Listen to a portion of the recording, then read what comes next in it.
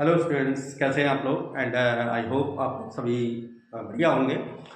और last lecture हमारे physics के चल रहे थे और मैं आपसे बार बार बोलता रहता हूँ, वही पढ़िए। फिजिक्स में भी अगर कहीं पर प्रॉब्लम हो रही है या मैथ्स में कहीं पर भी प्रॉब्लम हो रही है तो बिना झिझक पूछिए, कमेंट करिए, और अगर आपको समझ में आता है तो लाइक एंड चैनल को सब्सक्राइब भी कीजिए। ठीक है, तो हम हमने लास्ट जो लेक्चर लिए थे वो क्या लिए थे, मैथ्स पे लिए थे, जिसमें हम बात कर रहे थे, डिस्कस कर रहे थे ग्रेडियंट और डाइवर्जेंस की, वेक्टर क्वांटिटी की। ठीक है, जो आपके बीटेक इंजीनियरिंग स्टूडेंट्स के लिए भी बहुत ज़्यादा बेनिफिशियल है और plus as well as graduation level students के लिए तो प्रोबेबल है ही है। आज हम थोड़ा सा मैथ्स का लेक्चर ले रहे हैं क्योंकि कॉम्प्लेक्स एनालिसिस जो चैप्टर है ना, ये चैप्टर बीएससी फाइनल ईयर में भी इंक्लूड होता है और बीएससी फर्स्ट ईयर में भी इंक्लूड होता है, और उसके हम न्यूमेरिकल्स 1 या 2 सेशन उसके ले चुके हैं। आज हम कोशिश ये करेंगे कि हम आज उस न्यूमेरिकल सेशन को फिनिश कर थोड़ा सा मूव फॉरवर्ड करें। ठीक है, तो आज हम उसके न्यूमेरिकल सेशंस, जो रेस्ट न्यूमेरिकल सेशन रह जा रहे हैं, उनको ले रहे हैं। जैसे मैंने देखो एक क्वेश्चन, पहला क्वेश्चन लिया हुआ है यहाँ पर बोर्ड पे कि if a and b are any two complex number, a और b मेरे पास कोई भी दो कॉम्प्लेक्स नंबर है, such that a upon b plus b upon a equals to 1 है। कोई भी दो कॉम्प्लेक्स नंबर हो गए, आपको क्या वेरीफाई करना है, prove that origin and the point represented by a and b। आपको क्या प्रूव करना है कि ओरिजिन और a और पॉइंट जो a और b है, जिनको कॉम्प्लेक्स नंबर कह रहे हैं, आप किसके वर्टेक्स है, एक इक्विलेटरल ट्रायंगल। तो हम इसका देखो, इसको हम रिवर्स ऑर्डर में भी तो प्रूव कर सकते हैं भाई। अगर मैं मान लूं कि ट्रायंगल, हमारे पास एक ट्रायंगल है जो कि इक्विलेटरल ट्रायंगल है, हम मान ले रहे हैं ऐसा कि हमारे पास ये जो ट्रायंगल हमको दिया गया है ओ ए बी, हम इसका वर्टेक्स कंसीडर कर ले रहा हूं मैं Z1, मतलब B के जो A और B कॉम्प्लेक्स नंबर है, इसका नाम आप चाहो तो ट्रायंगल का नाम कुछ और रख दो यार भाई। P को ही, जो आपका A है, इस पॉइंट को P क्या दे रहे हैं, इसको कुछ और नाम दे रहे हैं, इसको Q नाम दे रहे हैं, P Q। और ये वाला कौन सा कॉम्प्लेक्स नंबर है, that is a B complex number. तो आपसे कह रहा है कि अगर दो कॉम्प्लेक्स नंबर A और B इस तरह किस तरह की कंडीशन की सेटिस्फाई करें, A upon B plus B by A equals to 1 को सेटिस्फाई करें, तो 3 पॉइंट, एक ओरिजिन और P और Q, जिनके कॉम्प्लेक्स नंबर क्या है, Z1 और Z2। इसका मतलब ये Z1 क्या होगा, x1 प्लस iy1 की फॉर्म में। अगर मैं ऑर्डर्ड पेयर फॉर्म में लिखूं, that is x1 y1, clear. और ये x2 y2। ओरिजिन के कोऑर्डिनेट आपको पता है 0 प्लस 0y होता है, इसका मतलब ये तो 0 0 ही है। इसको हम मान ले रहे हैं Z3, मतलब Z3 के जो कोऑर्डिनेट है क्या है आपके 0 प्लस 0y। तो आपको ये प्रूव करना है कि ये किसके वर्टेक्स है, एक इक्विलेटरल ट्रायंगल। और इक्विलेटरल ट्रायंगल आपको पता है कि तीनों साइड्स आपकी क्या होती हैं, इक्वल होती हैं। तो हम इसे रिवर्स में प्रूव कर दे रहे हैं। रिवर्स में प्रूव करने का अर्थ समझ रहे, मतलब अगर मैं ये मान लूं कि OPQ एक इक्विलेटरल ट्रायंगल है जिसके वर्टेक्स Z1 Z2 और Z3 है, क्लियर। और हम इस कंडीशन को वेरीफाई करते हैं जो मुझे दी गई है। तो हम यहां पर कंसीडर करके चल रहे हैं कि let OPQ is a equilateral triangle.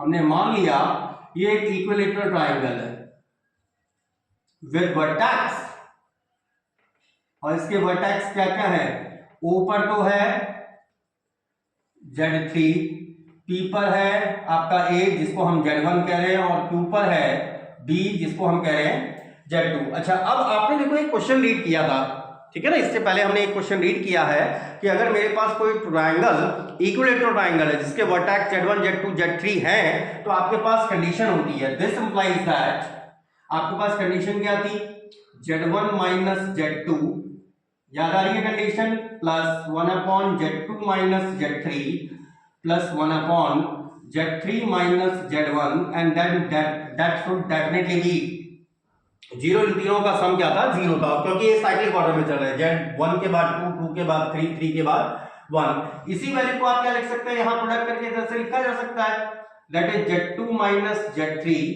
Into में Z3 माइनस Z1, एलसीएम ले रहा हूं मैं, प्लस यहां पर एलसीएम लीजिए, that is Z1 minus Z2, Z3 minus Z1, and third one is the LCM is Z1 minus Z2, Z2 minus Z3 equals to 0। अब इसे सिंपल फॉर्म में से सॉल्व कर दीजिए। इसको अगर हम सॉल्व करते हैं तो आपके पास क्या आएगा, Z2 Z3 minus Z1 Z2 minus Z3 का स्क्वायर प्लस Z1 Z3। पहला तो हमारा कंप्लीट हो गया है, सेकंड करिए, plus Z1 Z3 minus Z1 का square minus Z2 Z3 plus Z1 Z2। Third one को कंप्लीट करिए, Z1 Z2, this one is Z1 Z2 minus Z1 Z3, फिर माइनस Z2 का स्क्वायर और प्लस का Z2 Z3 इक्वल्स टू 0। अब जो same function है या जो कैंसिल हो रहा है उनको कैंसिल कर दीजिए। देखिए Z2 Z3 मेरा पॉजिटिव, Z2 Z3 नेगेटिव, और कौन सा कैंसिल हो रहा है, Z1 Z2 नेगेटिव और Z1 Z2 पॉजिटिव, और भी कोई कैंसिल हो रहा है, और Z1 Z3 positive, Z1 Z3 negative, और भी कोई कैंसिल है, और कोई कैंसिल नहीं है। तो आपके पास जो नेगेटिव टर्म्स है ना, नेगेटिव टर्म्स को हम लेफ्ट हैंड साइड में ले आते हैं। तो लेफ्ट हैंड साइड में आपके पास क्या बन जाएगा, Z1 square plus Z2 square plus Z3 square, और इस साइड जो रहेगी आपका दूसरी side that is Z1 Z2 Z2 Z3 plus Z3 and Z1। अब हमने भाई इस ट्रायंगल को क्या मान के चले थे हम, इक्विलैटरल ट्रायंगल, और उसमें हमको क्वेश्चन में क्या कह रहा है, क्वेश्चन में कह रहा है कि अगर उसका एक और एक पॉइंट को कौन हो, वो ऑरिजिन हो। सो इफ Z3 अगर 0 प्लस 0 आई है, मतलब ऑर्डर पेयर फॉर्म में 0 0 है, तो ये जो इक्वेशन अल्फा है, इक्वेशन अल्फा आप इसे किस तरह से लिख पाएंगे, कैन बी रिटन एज, तो Z3 को 0 कर दीजिए, क्या बन गई आपके लिए equation, Z1 square plus Z2 square, Z3 अगर मेरे लिए 0 हो गया, it is Z1 Z2 and both term are 0, ये दोनों टर्म मेरे 0 हो गए क्योंकि Z3 भी 0 है और ये वाला भी आपका 0 है। इसी को आप ऐसा भी लिख सकते हैं, Z1 square by Z1 Z2, Z2 square by Z1 Z2 equals to 1, या फिर ये मेरे पास एक्सप्रेशन क्या आ गया, Z1 by Z2 plus Z2 by Z1 equals to 1, और ये फॉर्म एग्जैक्टली सेम है, which is similar to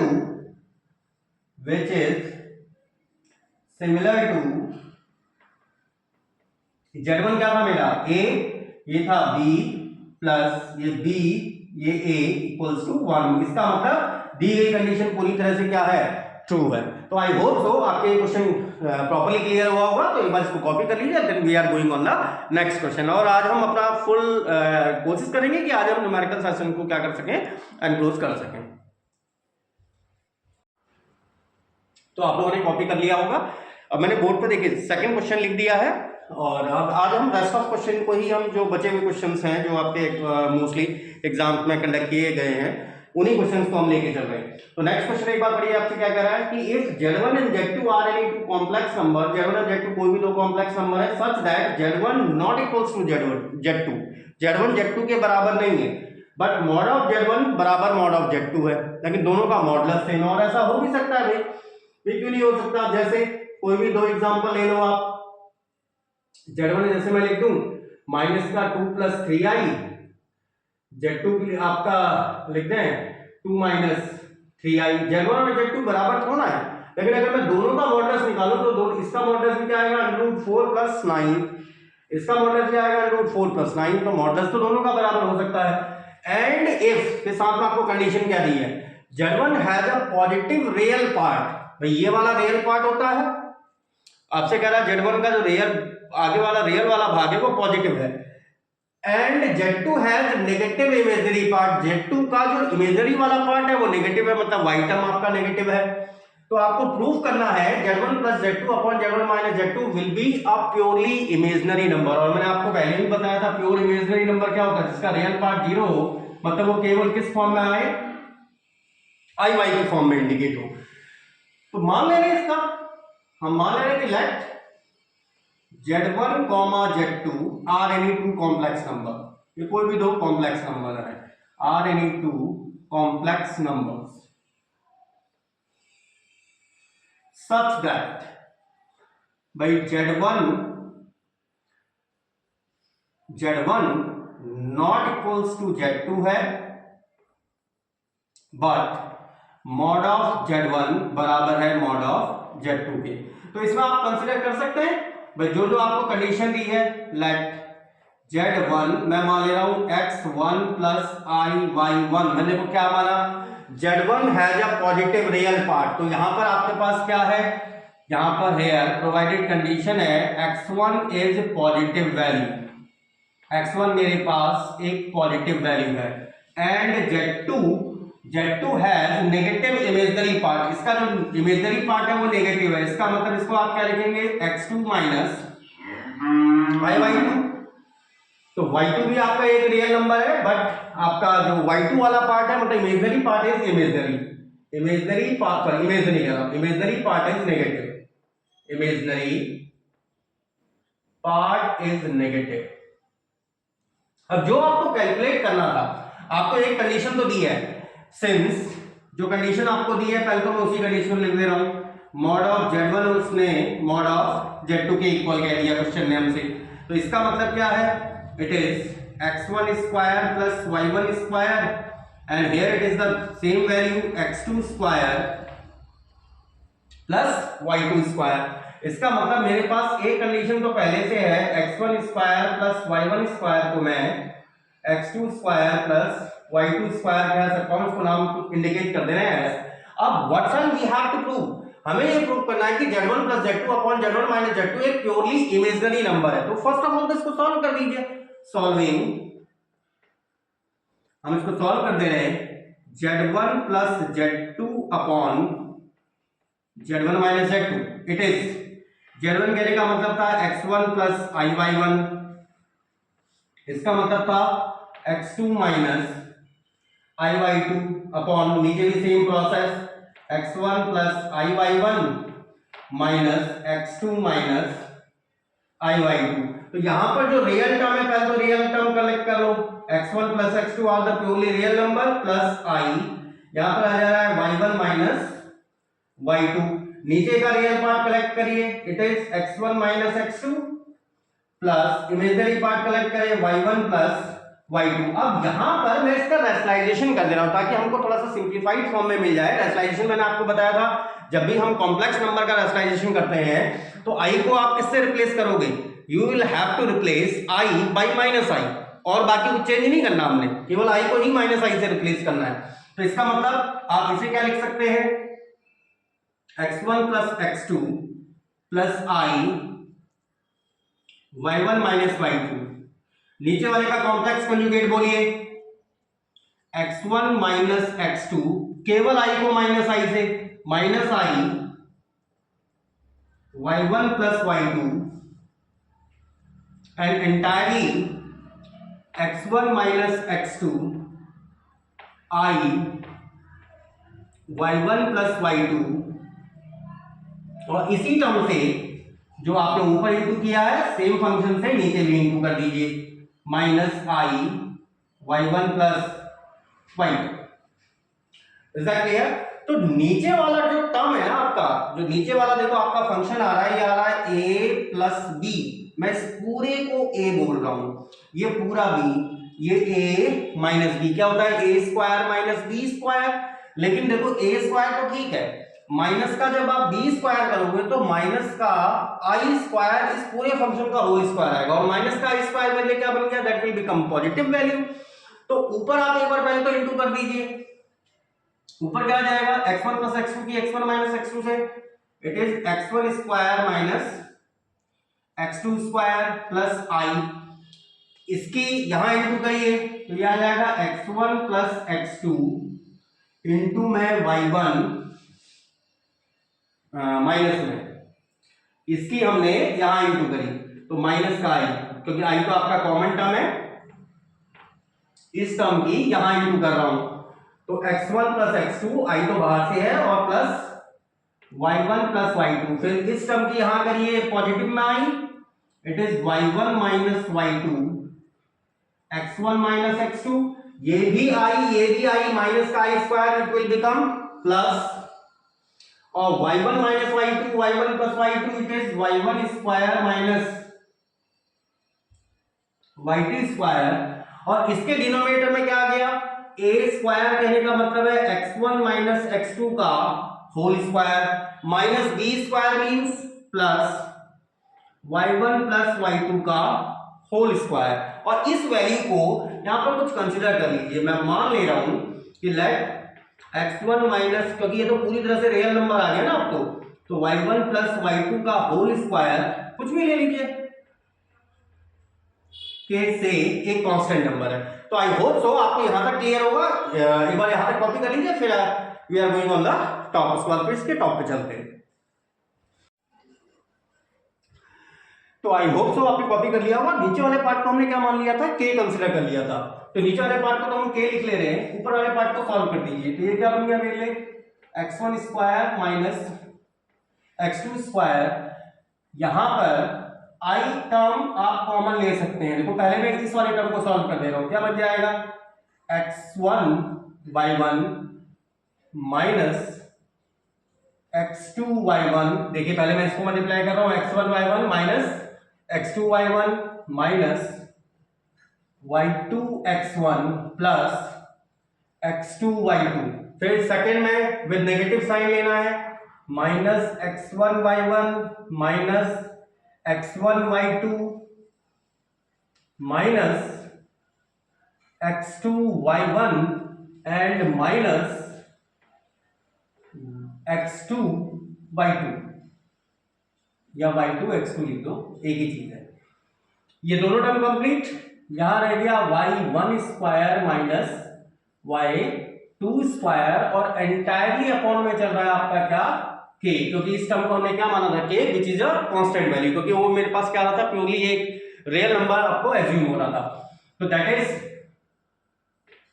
x1 square minus x2 square plus y1 square minus y2 square plus i के अंदर देख लीजिए कि जो टर्म कैंसिल हो रहे हैं उनको कैंसिल कर दीजिए। देखो x1 y1, ये x1 y1 को कैंसिल कर रहा है, x1 और कोई टर्म कैंसिल हो रहा है, x2 y2, हाँ this term is going to be cancelled, x2 y2 की कैंसिल हो रहा है, और बाकी सब टर्म्स ऐड हो जा रहे हैं। x2 y1 है मेरे पास, इट इज माइनस का 2 x2 y1 y2 x1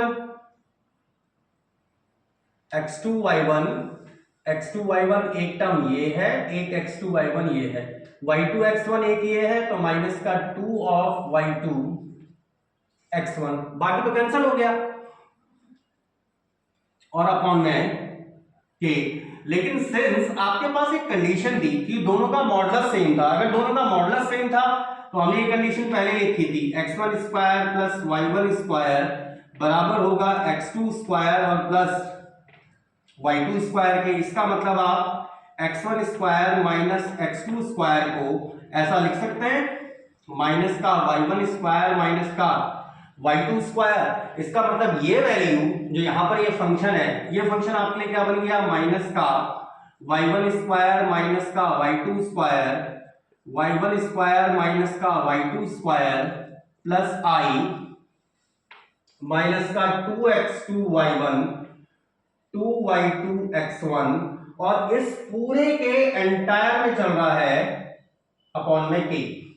ये पूरा टर्म कैंसिल आउट, ये क्या आ गया, इसमें से आप माइनस का 2i by k x2 y1 plus y2 x1, और ये मेरी किसकी वैल्यू थी, ये मेरे पास वही नंबर था जो हमसे पूछा गया था। और यहां पर देखो कोई भी रियल पार्ट आ रहा, सारा का सारा पार्ट किसके साथ अटैच्ड है, i के साथ अटैच है। तो आप इसे क्या लिख सकते हैं, विच is purely a imaginary number, और ये क्या है मेरे लिए एक प्योर इमेजिनरी नंबर है। तो आई होप सो ये आपके सही से क्लियर हुआ होगा। एक बार इसको कॉपी कर लीजिए, then we are going on the next question. चलिए आपने कॉपी कर लिया होगा, अब चलते हैं अपने नेक्स्ट क्वेश्चन की ओर। नेक्स्ट क्वेश्चन हमसे क्या कह रहा है, prove that sum and product of two complex number, मतलब इन्हीं भी दो कॉम्प्लेक्स नंबर का सम तो बताइए ना आपको, एडिशन करना, एंड कॉम्प्लेक्स एंड प्रोडक्ट मतलब उनका मल्टीप्लिकेशन क्या होगा, रियल होगा, वास्तविक संख्या होगा, इफ एंड ओनली, केवल और केवल कब, they are complex conjugate to each other, वो एक दूसरे के क्या हो, कॉम्प्लेक्स कंजुगेट हो। तो इसको यहां पर भी देखेगा, चाहे हम इसे कॉम्प्लेक्स एनालिसिस या ट्रिग्नोमेट्री में रीड कर रहे हैं, जहां पर भी इफ एंड ओनली इफ की कंडीशन आएगी आपको टू वे में उसे प्रूव करना पड़ेगा। टू वे में कहने का मतलब अगर आप ये मान के चले कि दोनों कॉम्प्लेक्स नंबर, जो दो कॉम्प्लेक्स नंबर अगर हम Z1 Z2 कंसीडर कर रहे हैं, अगर वो एक दूसरे के कॉम्प्लेक्स कंजुगेट हैं, then you shall have to prove that कि उनका सम और प्रोडक्ट रियल नंबर होगा। समझ में आई बात? क्लियर? आप अगर ये मान के चले कि दोनों कॉम्प्लेक्स नंबर एक दूसरे के कॉम्प्लेक्स कंजुगेट है, तो आप क्या प्रूव करेंगे?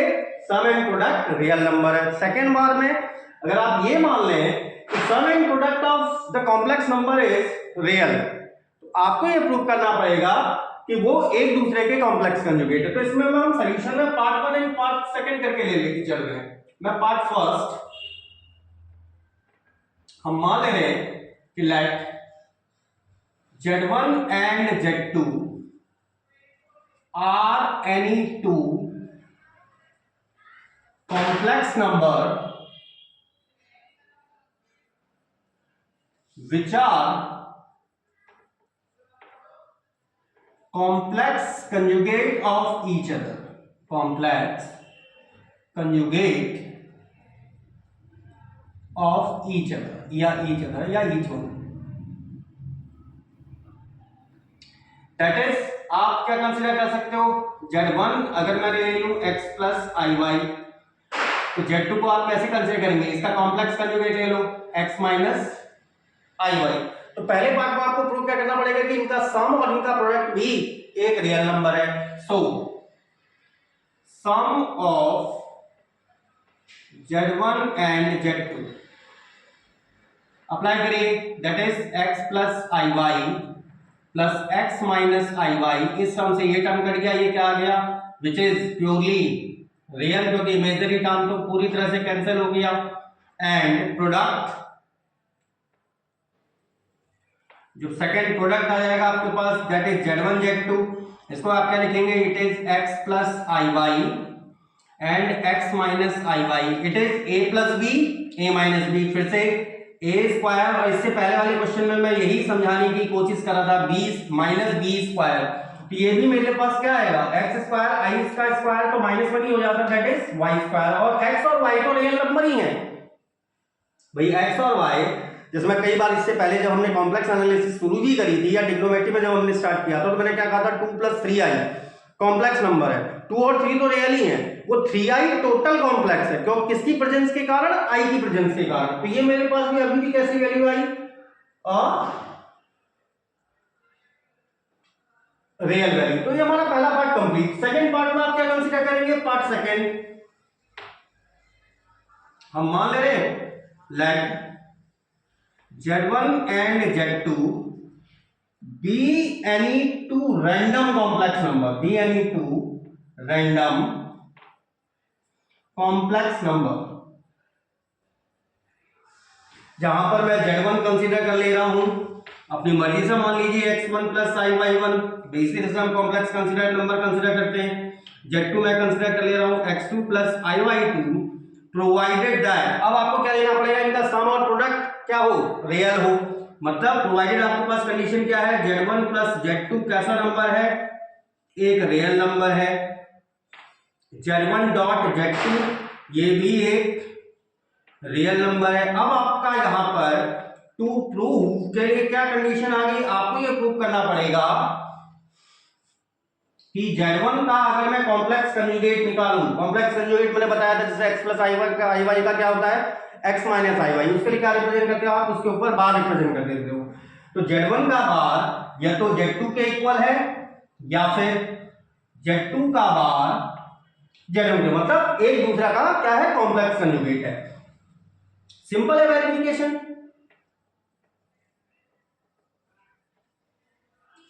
सिंस आपको दिया गया है, हमको अभी तो गिवन है कि Z1 plus Z2 is a real number, तो मेरे पास Z1 प्लस Z2 एक रियल नंबर है।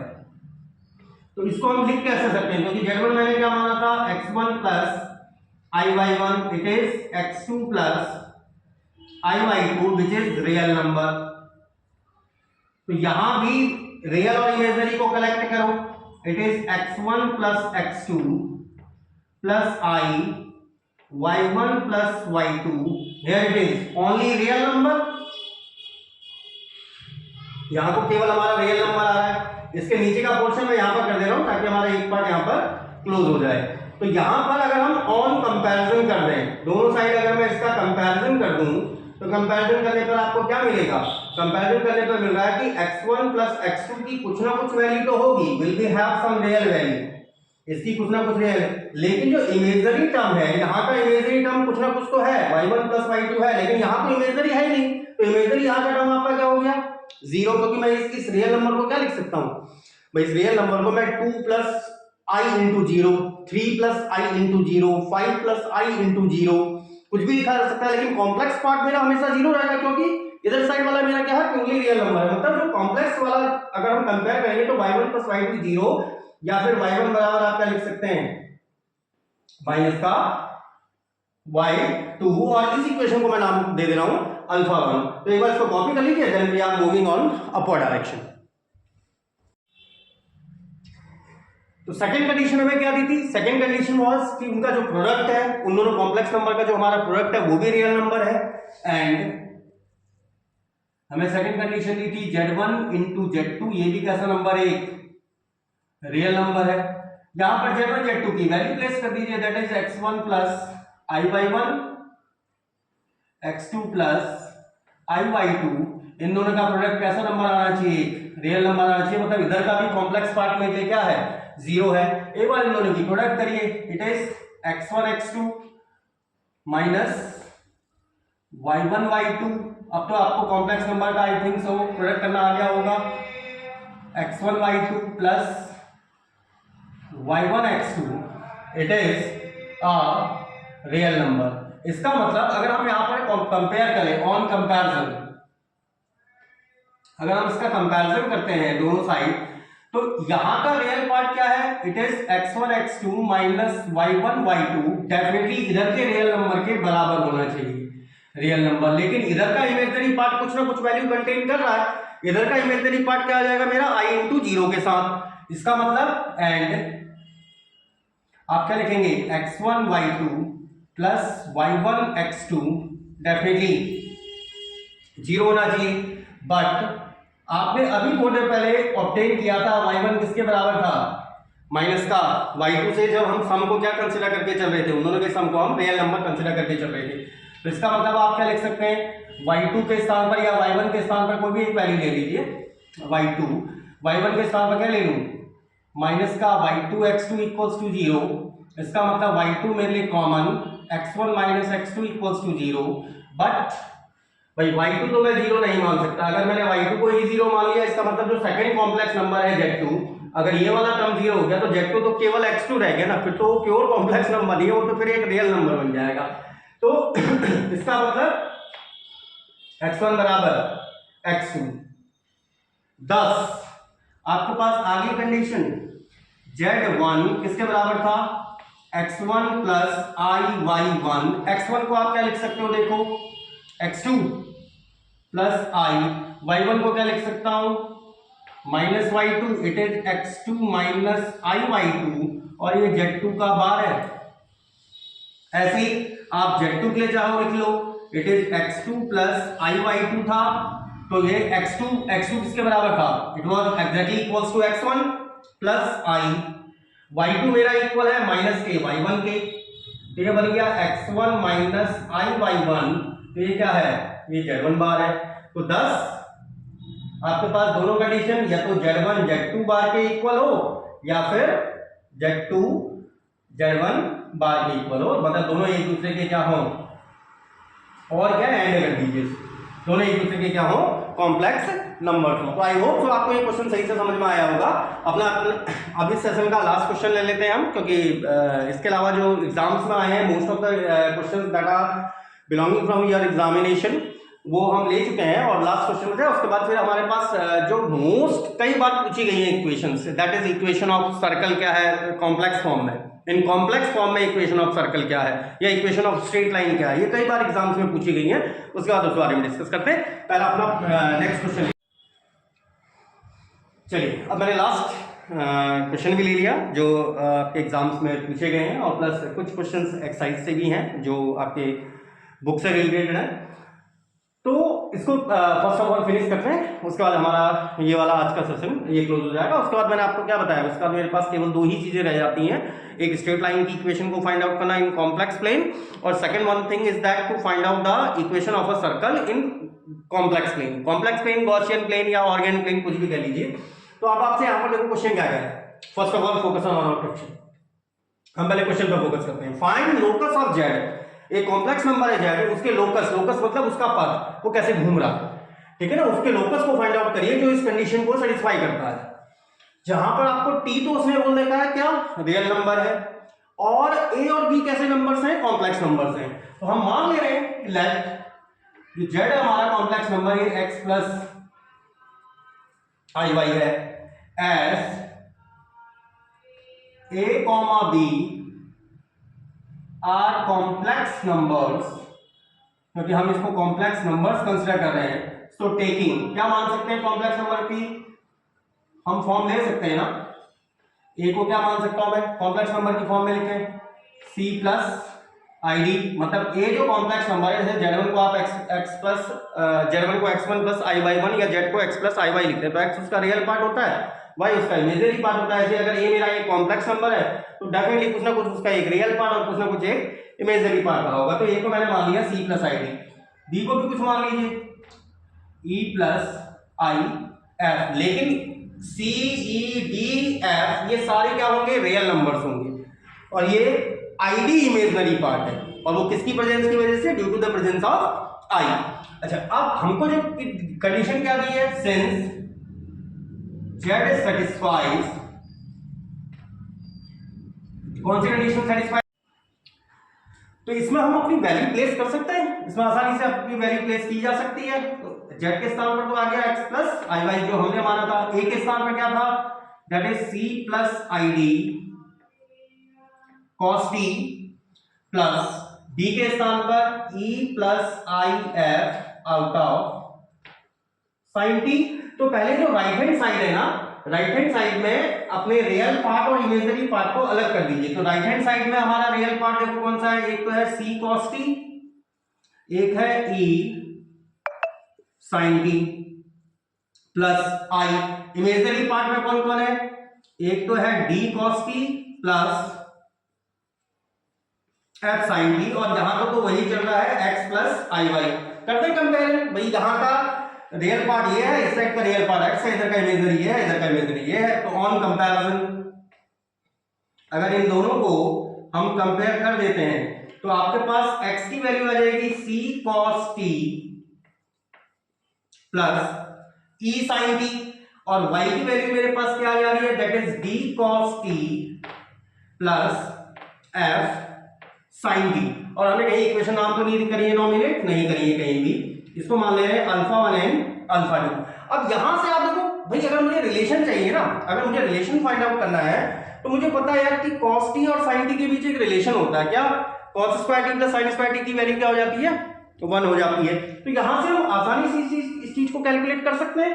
किस तरह से, देखो एक बार आप यहां से पहले cos t या sin t को निकाल लीजिए। तो मैं यहां पर अप्लाई, यहां पर तो कंपोनेंट है c, इस वाले में है d। भाई देखो ना, यहाँ c cos t और प्लस d cos t था, तो इस एक में तो c cos t और इस वाले में d cos t है, ठीक है ना। तो भाई हम cos t के एलिमेंट को कंपेयर कर सकते हैं ना। तो आप क्या कर सकते हो, एक बार करो अल्फा वन में किससे इंटू, अल्फा वन में कर दे रहा हूं मैं d से into, clear, minus alpha two में कर दे रहे हैं इक्वेशन अल्फा टू इंटू सी। तो आपके पास एक्सप्रेशन क्या बना, अल्फा टू में आपने डी से इंटू करी है, तो अल्फा वन में डी से, तो एक्स डी बराबर C D cos T E D sine T. Alpha two में हमने मल्टीप्लाई करी है सी से, that is Y C equals to C D cos T plus F C, इन दोनों का सीधा सीधा सब्ट्रैक्शन, क्योंकि आगे आपने साइन लिखा भी है माइनस एंड माइनस, तो ये टर्म तो डायरेक्टली कैंसिल आउट हो गया। मेरे पास क्या आ गया, x D minus Y C equals to, इस वाले टर्म में देखो साइन टी कॉमन है, it is e d minus FC upon sine t, या फिर आप यहां से साइन टी की वैल्यू लिख सकते हैं XD minus YC upon ED minus FC, और इस इक्वेशन को कह दे रहा हूं मैं S1। अब आपके पास दूसरा आप क्या कर सकते हैं ऑप्शन में, भाई अभी मैंने कॉस के कंपोनेंट को बराबर किया था, सेकंड बार में आप साइन के कंपोनेंट को बराबर कर दो। अब अप्लाई कर दे रहे हैं, applying alpha 1 into F minus alpha 2, equation alpha 2 into E. तो ये क्या आ गया, अल्फा 1 में एफ से करो, एक्स एफ बराबर c f cos T plus e f sine T, alpha 2 में ई से करिए, that is y e d e cos T plus e f sine T, और बीच में हमने सब्ट्रैक्शन साइन ले रखा है, तो then taking the sign of subtraction, this term cancel out, तो आपके पास आ गया x F minus Y e must be c F minus D e and cos t, या फिर यहां से आप कॉस टी क्या लिख सकते हैं, it can be written as x F minus Y e upon c F minus D e and that is s two. अब जो मैं आपको स्टार्टिंग में बता रहा था कि साइन टी और कॉस टी के बीच क्या हमारा कोई रिलेशन है, साइन टी और कॉस टी के बीच हमारा एक डेफिनेट रिलेशन है, that is sine square T plus cos square T equals to 1, since sine square T plus cos square T equals to 1, तो sine square T it is X D minus Y C का whole square upon ED minus F c का whole square plus X F minus Y E का whole square upon में C F minus D E का whole square equals to 1। अब यहां पर आप थोड़ा सा नोटिस करेंगे ना, ये अगर मैं इस पूरे को कैपिटल ए कह रहा हूं तो कैपिटल ए माइनस बी का स्क्वायर, ये बी माइनस ए का स्क्वायर है, और ए माइनस बी का स्क्वायर बी माइनस ए के स्क्वायर के बराबर होता है, आपको पता है, तो उसको सीधा डायरेक्टली वहां भेज दीजिए, तो X D minus Y C का whole square plus X F Y का होल स्क्वायर, इसको लिख सकते हैं आप ईडी माइनस एफ सी का whole square which is required locus of the complex number. ये हमारे कॉम्प्लेक्स नंबर का क्या है, रिक्वायर्ड लोकस है, विच is required locus of complex number Z। तो भाई आपके आई थिंक सो आपके क्वेश्चन सही समझ में आएंगे। तो आज का जो हमारा न्यूमेरिकल सेक्शन था, इस न्यूमेरिकल सेक्शन में हमने ऑलमोस्ट लगभग सारे क्वेश्चंस अटेम्प्ट किए हैं, और उसके बावजूद भी अगर ऐसा कोई क्वेश्चन रहता है जो आपको स्टिल अभी भी कंफ्यूज कर रहा है कि हाँ भाई ये क्वेश्चन मेरा रह गया, या फिर ये क्वेश्चन एग्जाम से रिलेटेड है या एग्जाम में आया हुआ है, then you can ask me through comments. आप मुझे कमेंट भी कर सकते हैं, या फिर मैसेज भी आप मुझे इस तरह से सेंड कर सकते हैं। और अब जो है नेक्स्ट सेशन में हम क्या लेंगे, equation of straight line and equation of circle, हम इन कॉम्प्लेक्स पेन में इस चीज को रीड करेंगे। Till then be happy, enjoy करिए, पढ़िए, मजे करिए, और आपको समझ में आता है तो चैनल को लाइक सब्सक्राइब सभी चीजें करिए भाई, ठीक है ना। और कोई कंफ्यूजन होता तो बिल्कुल मुझसे पूछिए। अब हम नेक्स्ट सेक्शन में मैं दोबारा बोल रहा हूँ स्ट्रेट लाइन एंड सर्कल को रीड करेंगे। Till then good bye.